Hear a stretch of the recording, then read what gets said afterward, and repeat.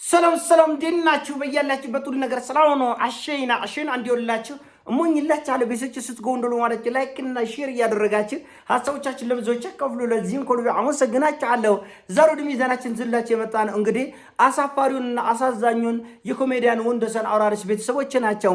እንግዲህ ኮሜዲያን ወንዶሰን አውራሪስ ቤተሰቦች እሱ ካረፈ 15 ቀን እንኳን ሳይሞላው ባለቤቱንና ልጆቹን ወደ ሜዳ ጥለዋል፣ ወደ ጎዳና አውጥተዋል። እጅግ በጣም የምታሳፍሩ ናቸው።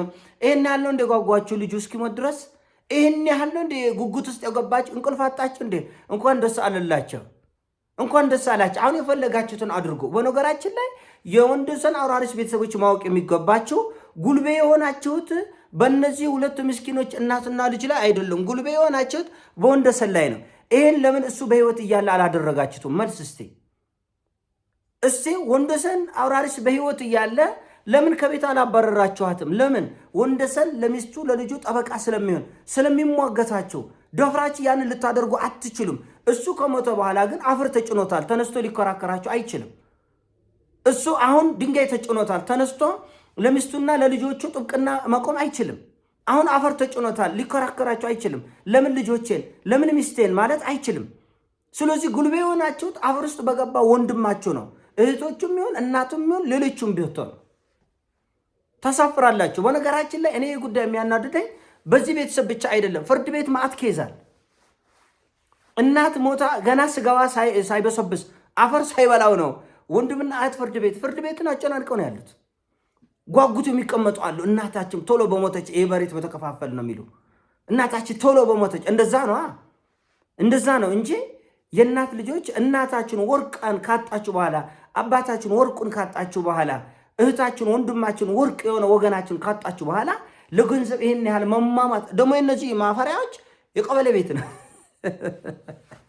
ለቀበሌ ቤት ነው እንደዚህ ሰማይ ምድር የጠበባቸው ሽማግሌ ገብተው ሽማግሌን ረግጠው የሚወጡት ለቀበሌ ቤት ነው። እና እባክህ መንግስት ሆይ እባክህ ስለ እግዚአብሔር እነዚህ አሜሪካ የሚኖሩ ሰዎች ሁለት ቤት ሶስት ቤት ይኖራቸዋል። 100% እርግጠኛ ነኝ። ቦታውን ቀማና ለዚች ምስኪን እናት ስጡን። በእርግጥ ይገላታል፣ ያም ደግሞ አያኖራትም። አስቸጋሪ ነው። አሁን ራሱ ምን ያክል ርቀት ሊሄዱ እንደሚችል አይታወቅም። የ9 ዓመት ልጅ ታስለቅሳላችሁ። በአባቷ ሞት እንባዋ ፈሶ ሳያባራ ገና ሆዷ በርባር እያላት ገና ነፍሷ እየተጨነቀች ያለች ገና ያልተረጋጋች ፍጥረት እንደገና ውጭ ጎዳና እፍረተ ቢሶች አይ ኃይለኛ ነች፣ ተናጋሪ ነች፣ ተሳዳቢ ነች እቺ ነው የሚሉት ብዙ ጊዜ። ታዲያ እስከ ዛሬ ድረስ ለምን አላስወጣችሁም ነው ጥያቄው። እስከ ዛሬ ድረስ የት ነበራችሁ ነው። ወንዶሰን ይከራከራላ፣ ወንዶሰን ጥብቅና ይቆማላ፣ ወንዶሰን አፋችሁን ያዘጋ ነበራ። አሁን አፈር ተጭኖታል፣ ሊከራከራችሁ የማይችልበት ቦታ ነው ያለው። ተነስቶ ለሚስቱና ለልጁ ጥብቅና መቆም አይችልም ወንዶሰን። አሁን ምን ያደርጋችኋል? ጉልቤዎች፣ እናንተ በህይወት ያላችሁ ጉልቤዎች፣ እሱ በህይወት የሌለ ምስኪን። አንዳንድ ሰው ረሃቡ ምንድነው? እውነት አንዳንድ ሰዎች ድህነት በዚህ በአጥንታችሁ ውስጥ ነው እንደሚገባው፣ ስጋችሁ ደማችሁ ውስጥ ነው እንደሚገባው የማይለቃችሁ። ምን ነው አውሮፓ አሜሪካ ኖራችሁ እዚህ ከምስኪን ከድሃ ጋር የምትጋፉ ወራዶች አላችሁ። ምን ሆናችሁ?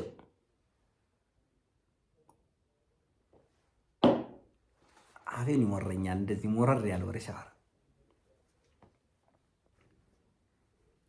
ምን ሆናችሁ ነው እንደ የታደለው? አንዳንድ ሰው እኮ ይጎርማችኋል። እንኳን አሜሪካ እየሰራ ቆርቶ አረብ ሀገሩ ነው እኮ የቤተሰብን ፎከት የሚያስወግድ አለ እኮ ሴቶች እህቶቻቸው። እውነት የከሌ ልጅ ታሞ የአክስት ልጅ የአጎት ልጅ እንደሆነ ሲባል እኔ ያለሁ የሚሉ አንበሳ እህቶች አሉን እኮ አረብ ሀገር ብትሄዱ። አይዞሽ እንዳታረግሽ የጎረቤት ልጅ የሚያስተምረዋል። የጎረቤት ልጅ አረብ ሀገሩ ነው እኮ አባት የላትም እናቱ የላትም ብለው የሚረዳዋል። አንዳንዱ ደግሞ አጥንት ውስጥ ድህነት እንትን ሁለት ሰራሳር ውስጥ የሚገባ ፎከታም አለ። ደግሞ ወንድም ይሞትልኝ አባረው በለው የሚል አለ። ደግሞ መቀኛ ውስጥ ድህነት የሚገባ አሜሪካ 30 ዓመት 40 ዓመት ተዘፍዝፎ እዚህ ያለ የእናቱ ቤት ላይ አይኑን የሚጠል ረሃብተኛ አለ። አጥንቱ ስሩ የሚገባ ረሃብ። ኡፈሩ በእናታቸው ነፍስን ይማረውና ይሄ ልጅ ስሙን በክፉ አስነሳችሁ በአገር በሙሉ። አይኑ ብላችሁ አይኑ በላቸው። እቺ ልጅ ላይ ጨኮዳል። እዚች 9 ዓመት ምን አይነት ረሃብተኞች ናቸው? ክርስቶስ ለዛው ደግሞ የቆበሌ ቤት መንግስት አጣራና እንዲህ አይነቱን ረሃብ ዘላለም የማይለቀው ባለ 4 ክፍል ሆድ ያለ ሰው ንጠቃቸው። እውነት ግን ችግሩ ምንድነው? ያኖራታል ወይ? እንዲህ አይነት ሰው ከአሜሪካ መጥቶ እስከ መታሰር ድረስ ይደርሳል። ለከት የለውም ለሆዱ ለከት ስለሌለው 3-4 ሪል ስቴት ቦታ ገዝቶ ለትንሽ ቦታ ልጎዳደል ይላል። ደግሞ ችግር እኮ ነው። እና ቢወስዱትም ችግር ነው፣ ባይወስዱትም ችግር ነው። ግን አንደኛ ማለት የምፈልገው ልጅቷ የስነ ልቦና እርዳታ ያስፈልጋታል። በቀላሉ የሚታይ አይደለም። ሰባብሯታል ልጅቱን። ኩትኩቷት የለችም ልጅቱ። ደስ አላችሁ እናት፣ የወንደሰን እናት እንዴት ነው? ደስ አለት? እስቲ ጠይቅልኝ። እንዴት ነው የወንደሰን ልጅ? ጎዳና ወደቁ። እርሶ ከአሜሪካ መጥተው በቀበሌ ቤት ሊኖሩ ነው?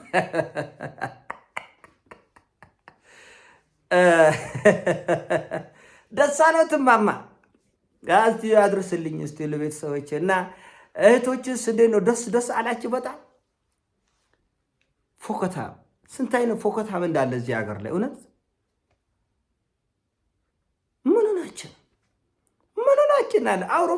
አረብ አገር ሆኖ ነው እኔ ሞተ ሰው እጦራላቸዋለሁ እኮ ፈለጋቸው። እኔ በግሌ ማውቃቸው እውነት አረብ አገር ሆኖ የከሌ ልጅ ታመመ ሚልኩ ትክል ያክስት ልጅ ጎረቤታችን እንትና አይሻ ታማ፣ ፈቲያ ታማ፣ ብርቄ ታማ፣ እንትናና ወቅሻት ሳራ ታማ። አዎ መርዳት፣ በቃ መርዳት። ቅን ልባ ደግሞ እግዚአብሔር ደግሞ ይረዳቻል። እነዚህ ግን ምክንያቸው ውስጥ ድህነት የገባ ሰዎች በእናታቸው ልጅ ላይ ሙቀኝነት ይገባል። እና ደግሞ አንዱን ተው አይልም እንጂ ደግሞ አሁን ወደዚህ ይሄ ጉዳይ በነገራችን ላይ ሰይፉ ሾው ላይ የመጣው ሽማግሌ እምቢ ተብሎ ነው። በእግዚአብሔር በማርያም ተብለው ሰው ጨፈላልቀው ሄደው ነው አሉ ሽማግሌ። አረ እኔ አሁንስ እንደውም ከወንደሰን ባለቤት በላይ እንደው 100 ብር ቻሌንጅ እናስጀምርላቸው ለእህቱና ለእናትየው። የ100 ብር ቻሌንጅ እንርዳቸው። እውነት እንትን መቅንያቸው ስር አጥንታቸው ስር ነው